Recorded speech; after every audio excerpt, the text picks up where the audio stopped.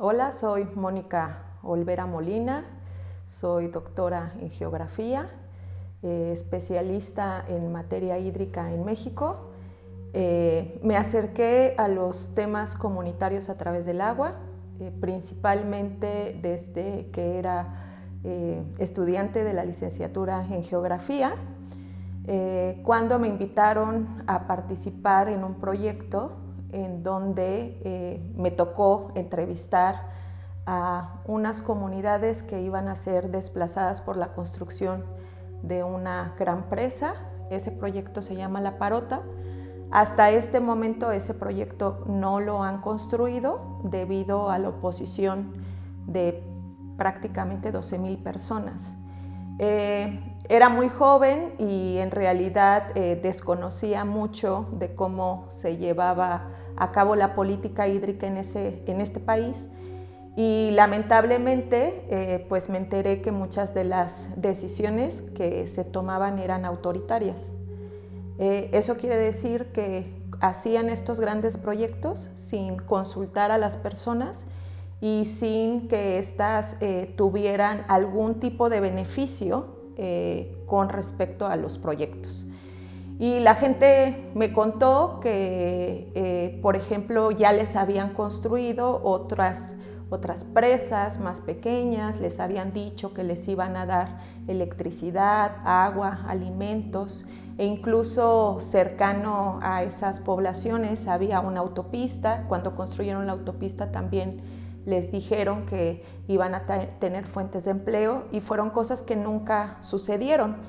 Y lo injusto también de la situación es que pues estas comunidades habían construido básicamente sus poblaciones a través del esfuerzo comunitario, es decir, con sus recursos propios habían construido la escuela, o habían construido la iglesia, o habían construido la explanada, o incluso habían puesto trabajo para construir algún tipo de servicio de salud. Y básicamente en ese momento el gobierno les estaba diciendo que se tenían que salir de sus casas y que les iban a dar, sin realmente haber un proyecto de por medio claro y contundente, una casa muy pequeña, y que iban a tener que prescindir de su tierra, de su hábitat, de su agua. Y recuerdo mucho a un señor que me decía que él había crecido junto a su árbol de mango, que él había plantado ese árbol, que lo había visto crecer, y que ahora lo que le estaban ofreciendo era irse a un espacio muy pequeño en el cual pues no iba a estar su árbol de mango, pero también pues no tendría la paz que tenía en ese lugar, porque pues vivían con cierta distancia, no como en las ciudades realmente hacinados, y muchos de los alimentos también que obtenían pues los obtenían del río. Sí había ya un problema muy fuerte de migración, en que los hijos y las hijas habían tenido que dejar las comunidades porque no había recursos, y básicamente lo que estaban haciendo era orillar a esas comunidades después de abandonarles sin tenerles en cuenta, a su suerte, y decirles: este proyecto te va a traer algo distinto. Pero lo cierto es que estas comunidades ya tenían la experiencia de otros proyectos que se habían construido bajo las mismas promesas, que no les habían cumplido, y que cada vez que construían un proyecto como eso se hacían más pobres. Entonces, soy una persona que, regresando a mi origen, soy una persona urbana. Crecí en el Estado de México, en una colonia aledaña a la Ciudad de México, que se llama Altavilla. Gran parte de mi vida la desarrollé en esa colonia, y crecí al lado de un río de aguas negras. Entonces, rentando una casa, o sea, mi mamá rentaba una casa con una situación precaria, y cuando este hombre me estaba contando, un campesino, me estaba contando también de cómo habían construido la comunidad y el esfuerzo que les había llevado, pues me identifiqué en el sentido de comprendía el temor que él estaba expresando de que lo hacinaran a un espacio en donde el río lo iban a perder y posiblemente contaminar, y que de igual manera pues su situación, si ya era precaria, iba a ser peor. Entonces fue como parte de escuchar. Es algo que regularmente creo que es muy, muy importante en la vida profesional.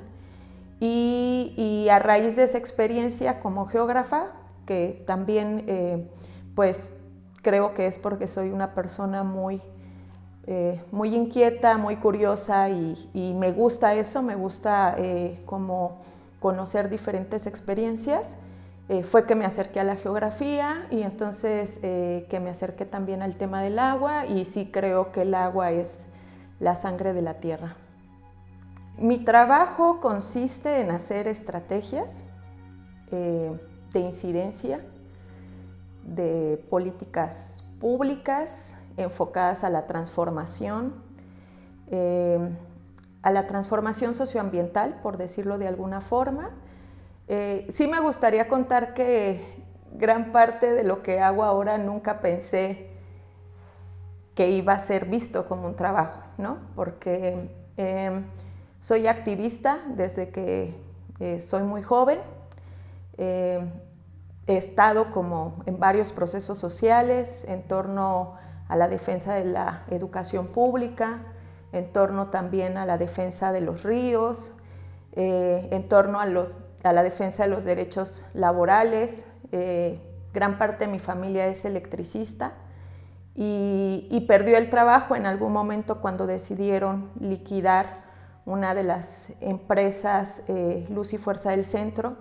Y entonces, por mi misma historia de vida, me he visto como pues envuelta en diferentes procesos sociales y bajo mucha observación, y también, como ya había comentado, teniendo en cuenta siempre la escucha de la demanda social, pero también la propuesta.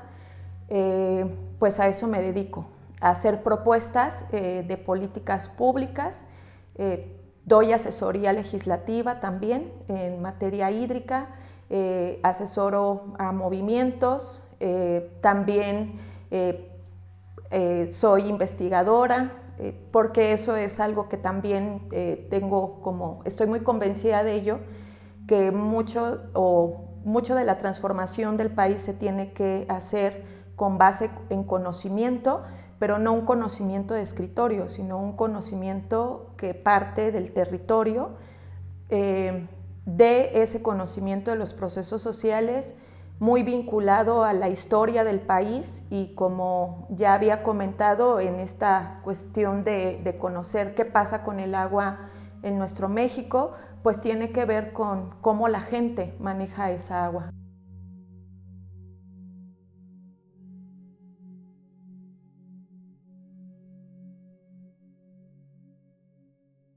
Cántaro Azul es una asociación civil que promueve los derechos humanos al agua y al saneamiento en comunidades rurales principalmente, que tiene por misión el avance de estos derechos, que ha estado comprometida con generar como asociación conocimiento, también propuestas de política pública, también encauzar recursos para implementación con base a los planes que tengan las comunidades, y nos enfocamos principalmente a dos programas, uno que tiene que ver con gestión comunitaria del agua, que realmente es una alternativa para nuestro país.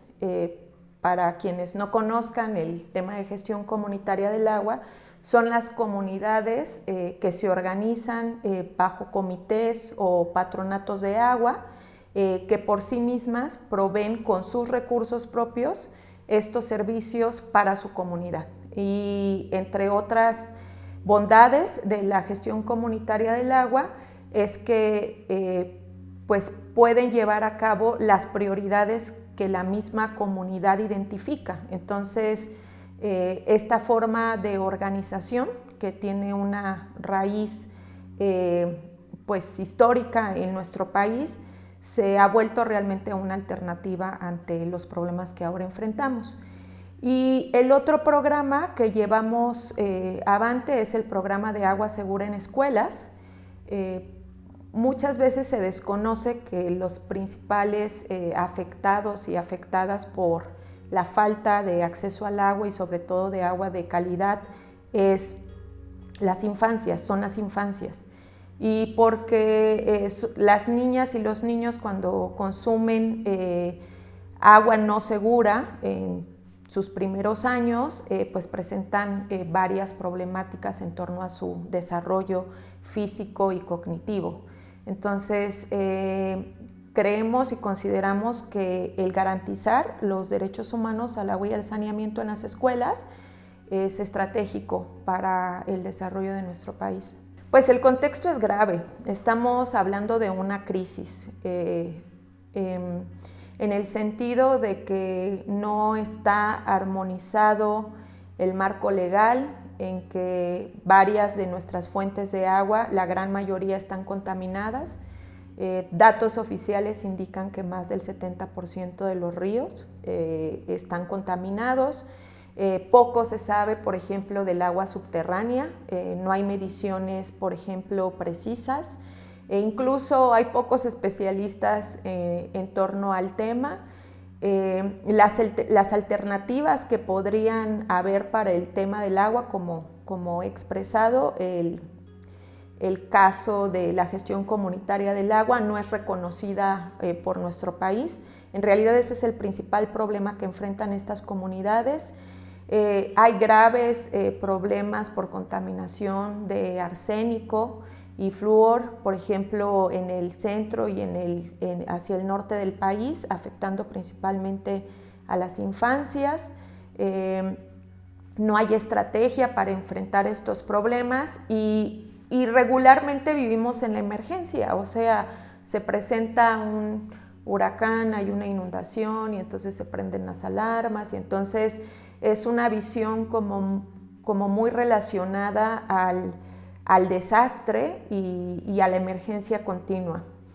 Entonces no tenemos, aunque la Constitución mexicana garantiza los derechos humanos al agua y al saneamiento en el artículo 4 constitucional, no tenemos una ley general de aguas, tenemos una ley de aguas nacionales que esta no garantiza esos derechos porque fue anterior a que se reconociera el derecho humano al agua y al saneamiento en nuestra Constitución, bueno, estos derechos. Y aunque ha habido esfuerzos desde la sociedad, porque es un tema que la sociedad considera prioritario y hay muchas organizaciones comunitarias, asociaciones civiles, redes de investigación, redes interdisciplinarias, que promueven que haya transformación en el sector hídrico del país por la importancia del tema, porque afecta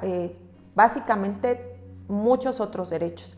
Afecta la equidad de género, porque regularmente cuando no hay acceso al agua son las mujeres las que enfrentan principalmente esta situación, son las que intentan conseguir esa agua. Y en comunidades rurales, en estados como Chiapas, donde Chiapas básicamente 50% del estado es rural, las mujeres aún acarrean agua. Y acarrean agua caminando muy largas distancias e incluso cuando van caminando pues tienen que ir cuidando a sus hijos, ¿no? Y durante ese trayecto puede haber accidentes. Y son cosas de las que regularmente pues el gobierno ni nadie tiene registro, porque también lo que ha pasado con el sector hídrico es que ha invisibilizado a muchas de estas personas que están afectadas por no gozar de sus derechos humanos al agua y al saneamiento. Entonces es más fácil borrarles que atender la situación. Otro de los derechos que se violenta pues es el derecho a la educación, o sea, niños y niñas dejan de ir a las escuelas porque las escuelas no tienen acceso al agua, las niñas no pueden asistir a la escuela durante los días que están en su periodo menstrual, las jóvenes. Entonces, pues se ven limitadas a ese derecho, o incluso ya en planos urbanos muchas veces tienen que esperar a que llegue la pipa con algo de agua para que puedan suministrar a sus hogares. Y el problema de ello también es que la gente más pobre, la gente que tiene menos recursos económicos, es la que termina pagando más por el agua. O sea, terminan pagando hasta 300 veces, 400 veces más porque tienen que comprar, por ejemplo, las pipas cuando es su derecho. Y otro de los derechos que se violenta, y por supuesto que es uno de los que nos preocupa profundamente, es el de la salud. Como ya comentaba, afecta pues el desarrollo tanto físico como cognitivo de niñas y niños, el consumir agua que no tiene calidad, ¿no? Que tiene patógenos y de manera muy grave. Y aquí lo voy a conectar un poco con la situación que hay en Chiapas, porque es el estado en que menos desinfección de agua hay en todo el país. También es uno de los estados en que menos acceso al agua hay.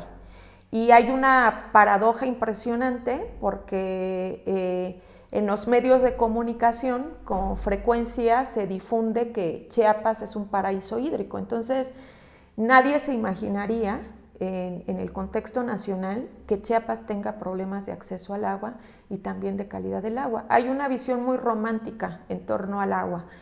Casi que se imaginan que la gente va al manantial y que con eso es suficiente, y se olvida mucho que México ha tenido un desarrollo, por ejemplo, urbano descontrolado, sin cuidar sus fuentes de agua, con permisos a empresas extractivas como mineras que terminan contaminando esas fuentes, ¿no? Con basureros por todos lados en donde no se controlan sus lixiviados, donde terminan en algún tipo de teniendo contacto con el agua subterránea.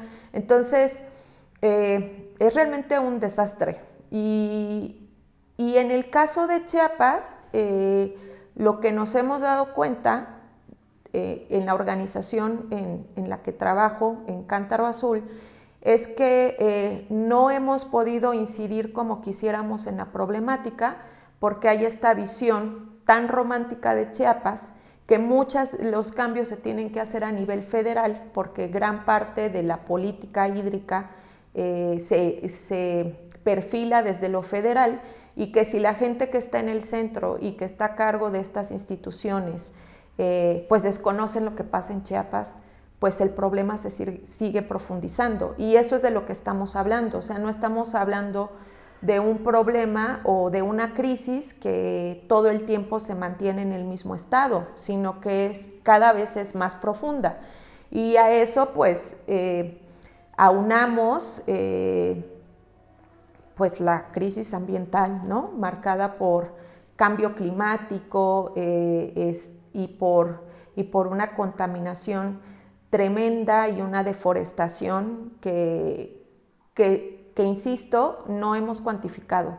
Entonces, la situación es crítica en México, muy crítica. Seguimos como especialistas, como sociedad preocupada por esta temática, en el asombro de que no se tomen las medidas que se tendrían que tomar, en que se siga minimizando el problema, que no se considere una prioridad nacional, y eso es lo que hemos estado buscando. O sea, decir con una voz muy alta que tiene que ser una prioridad nacional, y también que hay propuesta desde la sociedad, porque ya tenemos como mucho tiempo, décadas en esta demanda. El gobierno está involucrado en esta crisis principalmente por su indiferencia, también por permitir que se acapare el agua, por legitimar ese acaparamiento y proteger pues a grupos de interés que realmente han perjudicado pues el ciclo hídrico y también mucho a las comunidades por no apoyar y no fortalecer principalmente a las comunidades en estos derechos y pues tiene mucho trabajo que hacer, o sea, mucho trabajo que hacer. Sí podemos pues identificar nombres de personas que han estado procurando desde las instituciones hacer ciertos cambios. Sin embargo, lamentablemente no es una política de gobierno. O sea, las políticas que se han propuesto las últimas décadas han sido completamente contrarias a la realidad, ¿no? O sea, se piensa que se puede seguir lucrando con el agua, puede seguir siendo solamente considerada un insumo de la producción y no un bien común. Y eso es lo que pues muchas organizaciones comunitarias y movimientos han estado posicionando, que el agua es un bien común y que como bien nacional de igual forma pues tiene que servir para el desarrollo social y no precisamente verlo como un bien económico. O sea, lo es en parte, pero o no podemos más bien negar que es parte del ciclo productivo. Sin embargo, podríamos tomar muchas medidas para no afectar las fuentes de agua, para no afectar las comunidades, porque desde hace 3 décadas el neoliberalismo ha estado ha sido aplastante en el sector hídrico. Y aparte del neoliberalismo ha habido una visión completamente muy alejada de la realidad de que van a ser grandes obras las que nos van a sacar de esta crisis, ¿no? Estamos hablando de grandes acueductos, de grandes plantas de tratamiento, de grandes presas y lo cierto es que está comprobado que no es por ahí. Y lo seguimos escuchando, o sea, lo seguimos escuchando que es la hidráulica y no justo el reconocimiento de la organización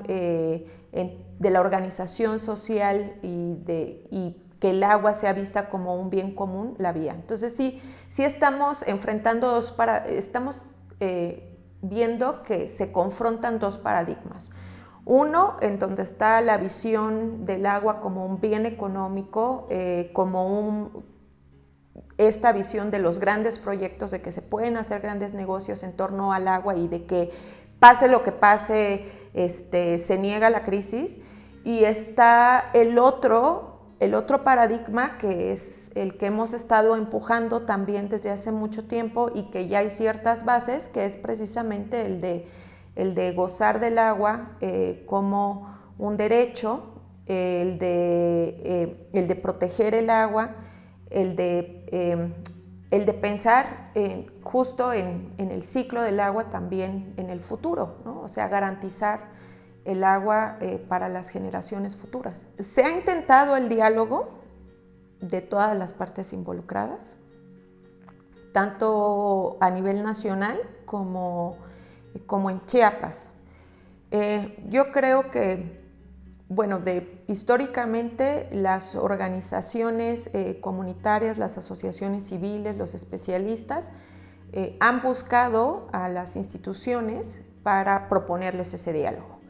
Y en algunos momentos se ha logrado y se tiene cada vez más un diálogo abierto, por ejemplo, con el legislativo, porque de lo que vemos estratégico a nivel nacional es que realmente haya una ley general de aguas que pueda establecer funciones claras, alcances y que pueda ayudar a una organización pues sí, espacial del agua en todo el país y reconociendo las capacidades sociales que tenemos, como justo la gestión comunitaria del agua. Y en el caso de Chiapas, también hace unos años se hizo una mesa de gobernanza del agua, vinculada también al legislativo, en donde se convocaron a gran parte de las instituciones aquí en Chiapas, y justo también de esa mesa de gobernanza surgió una iniciativa de ley de aguas de Chiapas, porque también el marco legal de aguas del estado de Chiapas es muy reducido, o sea, no se reconoce explícitamente los derechos humanos al agua y al saneamiento en la ley de agua de Chiapas. Sí, sigue este perfil, como ya había comentado, o esta política neoliberal anclada en la estructura de la legislación, y entonces tenemos que alinear completamente lo que dice nuestra Constitución con las leyes federales y con las leyes estatales, y también con la conformación de las propias instituciones, con sus políticas. Entonces, pues ese diálogo se ha buscado, no creo que exista todavía de manera suficiente, pero considero que es algo que regularmente, por ejemplo, las asociaciones civiles propiciamos. Y lo que buscamos es propiciar esa escucha, o sea, que las personas que están a cargo de las propias instituciones dejen de discriminar a las organizaciones comunitarias y a la ciudadanía en general, que les escuchen en sus propuestas y que realmente vean la organización que tenemos como sociedad, porque eso es uno de los pilares en México. O sea, somos una sociedad que regularmente se apoya. Lo vemos, por ejemplo, mucho en las situaciones de los momentos en que enfrentamos desastres como los terremotos o las inundaciones, y justo en torno a la gestión comunitaria del agua. Entonces, y creemos que muchas veces las instituciones no lo ven como realmente como en esa potencia, ¿no? En esa potencia que tenemos de transformar nuestro propio país. Entonces, pues ahí va el diálogo, se podría decir, y recientemente, pensando en ese diálogo, en esa demanda con propuesta, pues hemos impulsado la Agenda Chiapas por el Agua, que surgió de 3 encuentros por el agua que se dieron en el año de 2023, en septiembre, en octubre y en el mes de noviembre, y que iba enfocado principalmente, o que iban enfocados en poner a las comunidades en el centro. Entonces, el primer encuentro por el agua se puso en el centro la voz de las comunidades rurales. En el segundo encuentro estuvo más enfocado a las infancias y las juventudes, y el tercero a mujeres y pueblos indígenas. Y sí tenemos que partir de lo que dicen esas comunidades, porque son las voces más acalladas por la política hídrica, y también por, eso sí, por una educación que tenemos muy urbana, muy centralista, muy pues racista incluso. Entonces,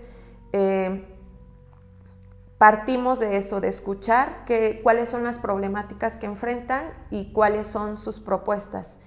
Y aquí me gustaría contar que en una de esas ocasiones que fuimos a presentar la Agenda Chiapas por el Agua en el Congreso, una de las diputadas se sorprendió al escuchar a María Luisa, que es la presidenta de Patronatos de Agua de Citala. Citala es uno de los municipios con mayor marginación en Chiapas, y cuando ella le contó que tenía que acarrear agua porque que gran parte de su vida había sido eso, esta legisladora se sorprendió, porque eso pensó que ya se había quedado en el pasado, que su abuelita lo hacía, pero que eso ya no sucedía.